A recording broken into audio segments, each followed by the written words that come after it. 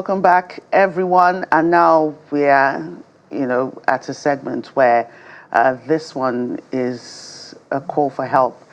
And it's about the ocean surge. You know that Lagos is a relatively small state in landmass, but it's surrounded by water. And, everyone can't live on the mainland. There are communities that live along the coastline. And obviously, these communities are being affected by the ocean surge. This has been going on for many years. So it's not just about the present administration trying to do something. Administrations before Babajide Sanwo-Olu, before Raji Fashola, have been trying, to ensure that people live safely along the coastlines. But then the water will be the water. It will always find its way. And so there have been a lot of problems along these coastlines, and communities are crying for help because their communities are being washed away. We're not talking about heavy rains and flooding. We're talking about the shoreline and these coastal areas being, eaten away gradually and then eroded. And so we have, people in the house this morning that want to talk about that in the studios with us, to talk about this problem. And if we can introduce to my... This is my right? I don't know why I keep messing up that. We have Nifemi Tojare, right? A resident of Okun Aja. We also have Balogun Suluka, is also a resident of Okumoko. Yes, these are the communities that sometimes, you just say, where's that? But there are people who live their lives and they're being affected. And we also have someone virtually, Desmond Maje Kodumi. He's a climate activist and is the founder of Lufasi Park in the Lekki area. There you are. A pleasure having all of you on the program today to talk about this important topic.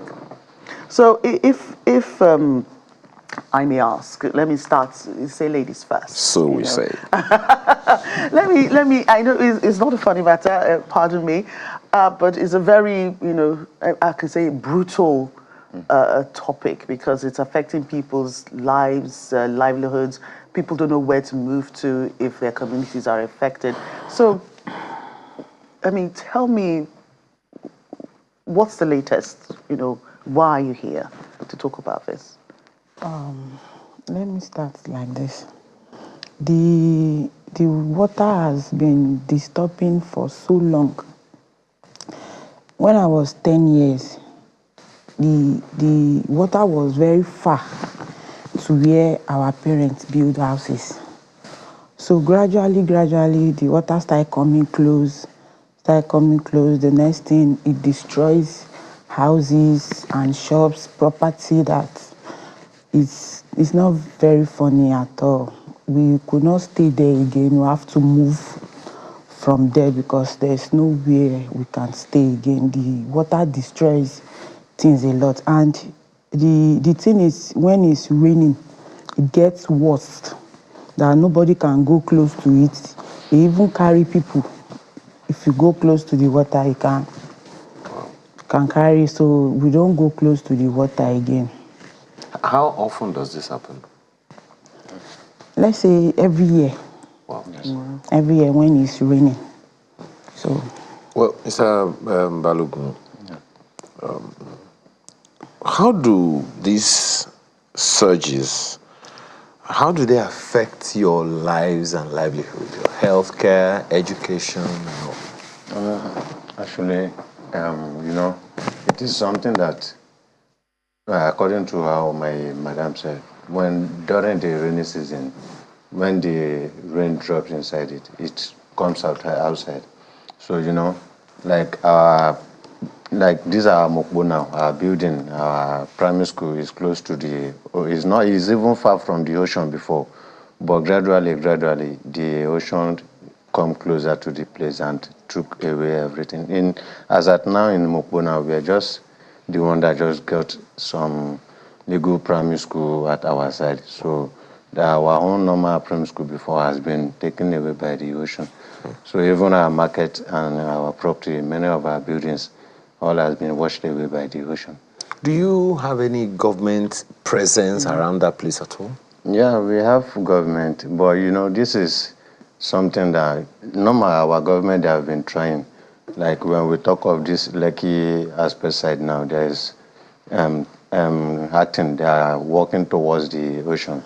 But you know, it's just something that it is a global motion. So we have to just, we have government, but it's not, we can't rely on the government alone. So this is something is individual that we need the support of. Okay. Well, Mr. Majakodumi, clearly, of course, you are a climate activist, so you understand what the issues are.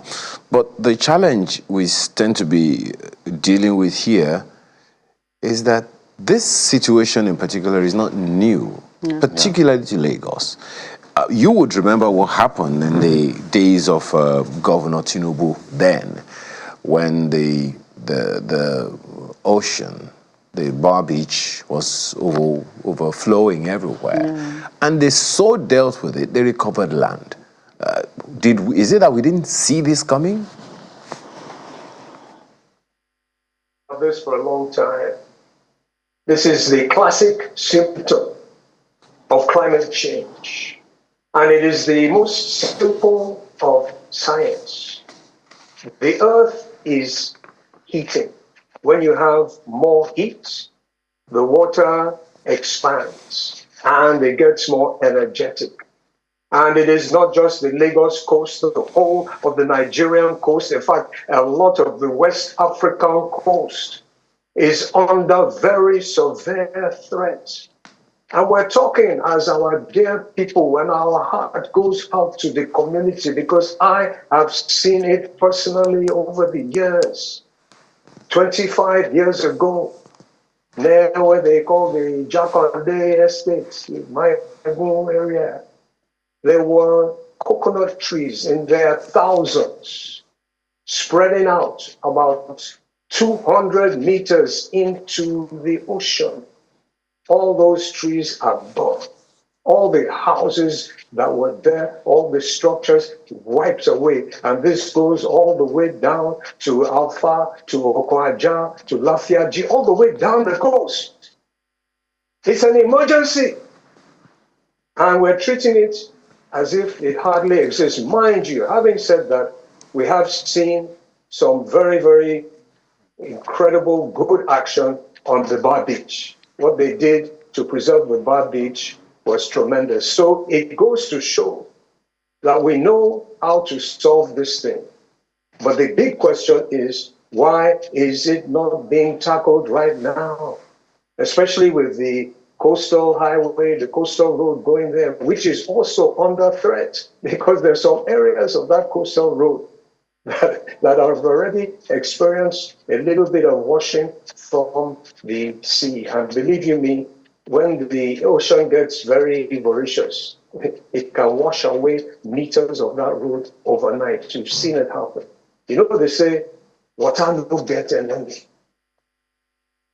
Well, you know, Mr. Majakodumi, it's not that the state government hasn't done anything. I mean, it's something that you are aware of. In 2012, the Lagos state government earmarked 36 billion naira for constructing sea breakers between Goshen Estate and Alpha Beach. Lagos has spent all that amount.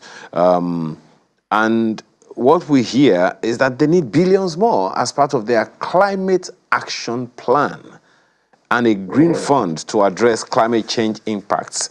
Now, so as you said, it's not like the government is not doing anything, but the challenge here is the people's lives are not only in jeopardy, their living standards have degraded as a result. Absolutely. Massively degraded. It's a huge challenge. And again, in fairness to the incumbent government, they have taken some very proactive action. Previous government, the Fashola regime, did quite a bit. They tried to access the ecology fund. There was so much politics. Can you imagine putting politics in between accessing a fund that's going to help you protect the lives of your citizens? But they were able to use Lagos state funds to do some ameliorative measures. And that's part of the reason why all those areas, the Oniru estate and so on, they've been reasonably protected. But it's a massive thing. And as I said, it's not just Lagos coast, the whole of the Nigerian coast, in fact, the West African coast is one of the areas of the world that is most threatened by this climate change, this global warming. And there are other coasts. Even ironically, New York City area itself is under threat. There are many areas that are under threat, and this is why we must demand for money from the international community in order that we can adapt to the problem that the industrialized world has put upon us. Because it's not us in Nigeria, it's not us in Africa that have caused the global warming, even though we've started to contribute towards it.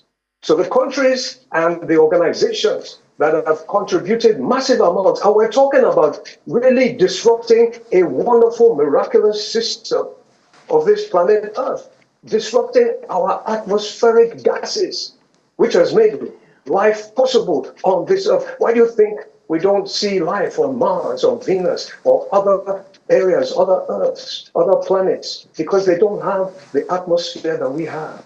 And what have we been doing over the last 450 years? We've been pumping millions of tons of pollution into the atmosphere. And then on top of that, we've been destroying nature's ability to balance the atmosphere, and that's the forest.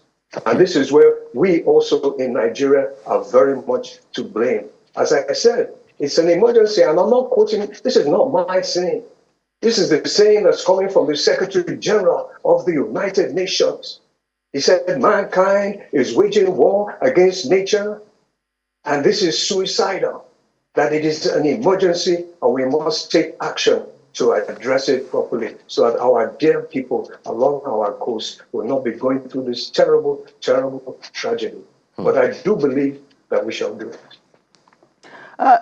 Even with all of that, even internally, I know recently the Lagos state government has been appealing to, even holding meetings with those people they call that's dredging, doing illegal dredging activities, because according to the government, this is also eating away, at the coastlines, and is also causing a lot of the ocean surges to be,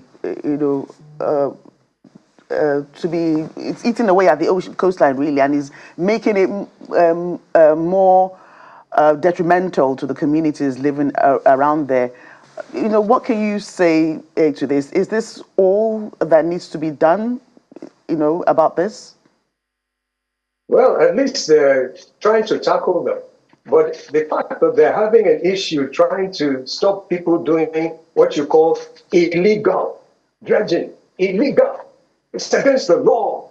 So why are they continuing to do this? We need to take this whole thing far more seriously. Because you see, nature is speaking to humanity. If I can say it in the colloquial,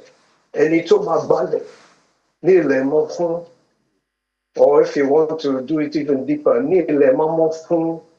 if you sweep the room very often, you will have a clean room. What you sow is what you reap. And what we're sowing into nature, we're getting the repercussions. And definitely the people who are not upholding the law will also get their own repercussions, because this is the inviolable laws of life, the spiritual laws. It's called retributive justice. It's called kifara. It's called karma. So those who are aware that illegal dredging is going on and they're not stopping it, they better do the right job very, very quickly. Meanwhile, we need to address the other situations that are exacerbating this problem. Okay. And again, we go back to the global warming. Nigeria needs to lead the way and get support against the climate change. Well, anyway, interestingly, the former Vice President Osinbajo is one of the champions of the climate action and all of that. But, let me come back to you, Mr. Suluka. I asked about government the other time. The reason I asked about government is that there was an election held in Lagos recently. Yes. Local government elections. The people in your communities went and voted. Yes. Now, the politicians saw your communities. Were there Promises. opportunities to address those issues with them? Actually, when we talk about voting and election, it is something that it is fixed in a day. If we are to bring out that issue like that, it is something we have to consult to our local government or this thing, so that we have a certain time or specific date we can address or show our our feelings to them. So during the election time, it's just something that they'll come to the field and conduct the election. And after the election, so we have some elderly people around us that we do talk to them that at least this is what we need, this is what the community needs. But when they went to the upward now to discuss with maybe our commissioner or all this local government chairman or this thing, it is something they just told us as feedback. That is what we work on. So yet we are still waiting for them to show up according to what they said, to take action and do something for us. But we are here to see them.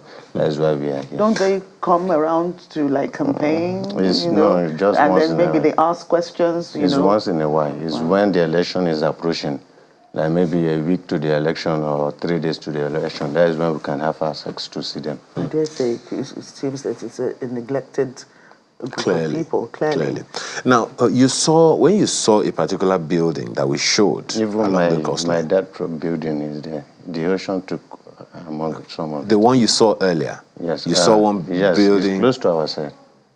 That is Mushikogo. That's what? Mushikogo. Okay. The next village to our side. Okay. Yes. That's that area. Yeah. It's close to the former Bale residence there.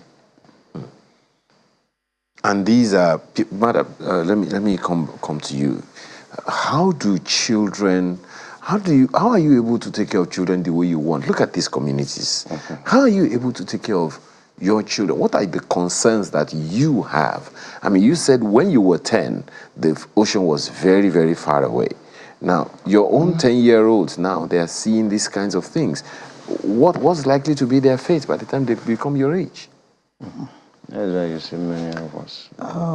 When we talk about children, the children are living, let's say they are suffering because there is no place for them to stay. They are managing because the water has destroyed so many houses and the water has come close to the remaining houses that is really affecting the children, their health and everything, because even the water is affecting their skin. Yes. Because let's say in the night, because the water has come close to the houses, and in the night the water sprinkle and come in and destroy some irons and everything. So they are just managing because there is nowhere to go. So it's very, very hard. Like, how many people live in that community, Mr. Suluka? We are many, a lot, boy. Just that, when we talk about maybe education or welfare of our children, that one, if you have access to be there, so you will see a lot of this. Because no food or no, even the children, they don't have much playing ground to express themselves or to at least have maybe a library or these things. We didn't have the access. The ocean has taken a lot of our property, even close, right as at now, it's closer, even, it's not even just close. Like, it's not to 1 meter to the community now. So we are just facing a lot there. So. Okay. Madam, let me come back to you. What are the options that when you say the government should come to your aid, what kind of aid are you expecting? This is if we should wait for government stuff, no. I don't know. Well, it is government that has to do it. It's their job. Yeah. We really need help because the water is very close and they should do something about the water, and so that the water can go far from the community and everything, because we really need. What if government decides that for your own safety, You need to go. they need to move the people in the community to another place. Is that something that you think that the community might like? That one will be very hard because the elders there and everything, they may not accept the offer. Mr. Suluka, what do you think? Yeah, it's as if, according to my colleague, we are just here to show our feelings. This decision now should be taken by our elderly people because, of course, we have Kabisi. My father is the chief of Balogun family. We are the Bale. So we have many, many family like that they have their own Bale and their own elderly people. So we have to consult a meeting with them. And even, some of us, we have our own property, our farm, these things. So for government to just come in a day and say they want to move us or relocate us to another place is not a decision we can take a day. Okay. Now, Mr. Bajagodumi, let me come to you on that. The Lagos State government has proposed building groins, which are intended to protect the vulnerable coastlines. Now, the thinking in the government, in the head of government, from what we have information available to us here, says that they need about 105 groins across a 42-kilometer stretch. But guess what? Each groin is proposed to cost something in the region of 12 billion naira each. One groin, 12 billion naira, and they need about 105. What are your thoughts? Because the other thing that government may be considering is, look, maybe we should relocate the people to a safer environment. But the feelers that I'm getting here is that there may be a pushback by the people in those communities because this budget is quite huge. What are your thoughts? Yes, it's a very, very difficult situation because even if the community are removed entirely from there, the water will still continue its erosion. And eventually the water will take over the whole of the coastal road and it will go further than that. Eventually, the water will go into the mangrove area. The water will get to the Lekki Expressway the way it is going now, unless the necessary measures are taken. But I'm so glad, my brother, that you brought out the cost implications.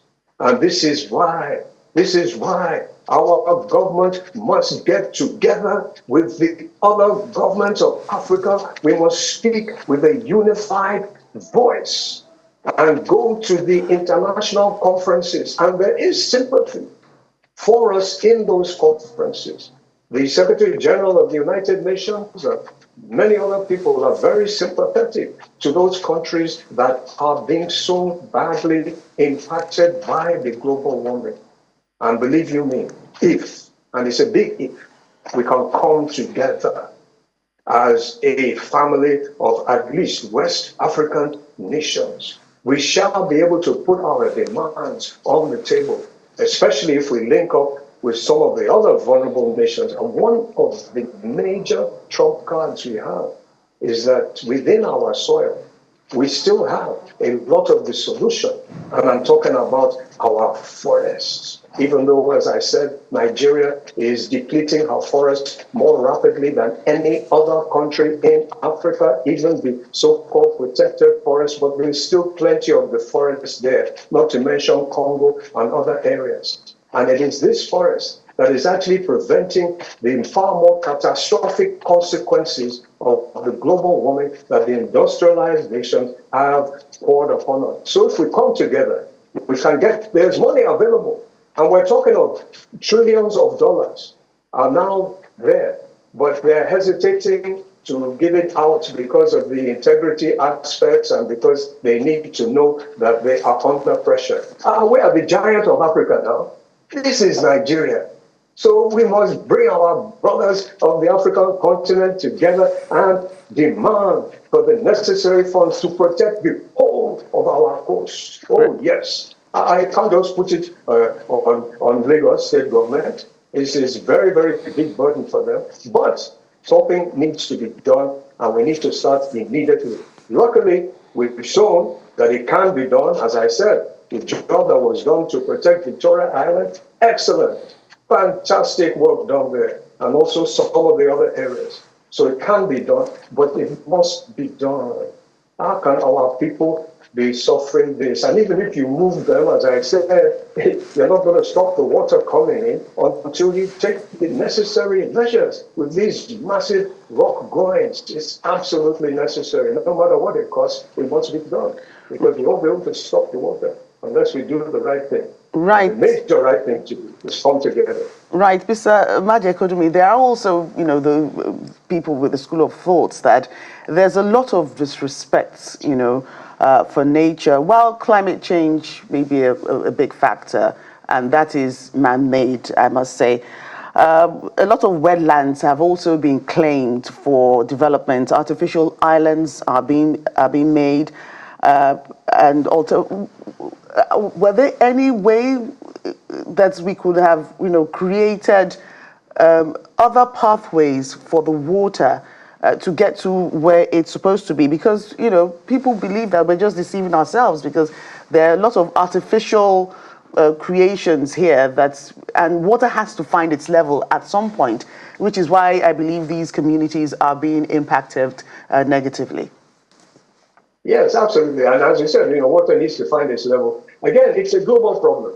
We are causing an aberration against the wonderful, miraculous system that God Almighty has put in place to make this a livable planet. We're talking about an average temperature. The average temperature of this Earth, which is a huge living entity, has gone up almost 1.5 degrees. If your temperature goes up 1.5, you will know, say, I get fever. You will know that you're sick. And this is what we're doing as humanity. We're perpetrating sickness against our very earth, our life support system. And it is getting worse at a more increasingly rapid rate. This is why we need to stop what is causing the problem. Because as they say, prevention is better than cure. So we need to transit into clean energy system. If I bring a generator into your room and I spark the generator, will you stay in that studio?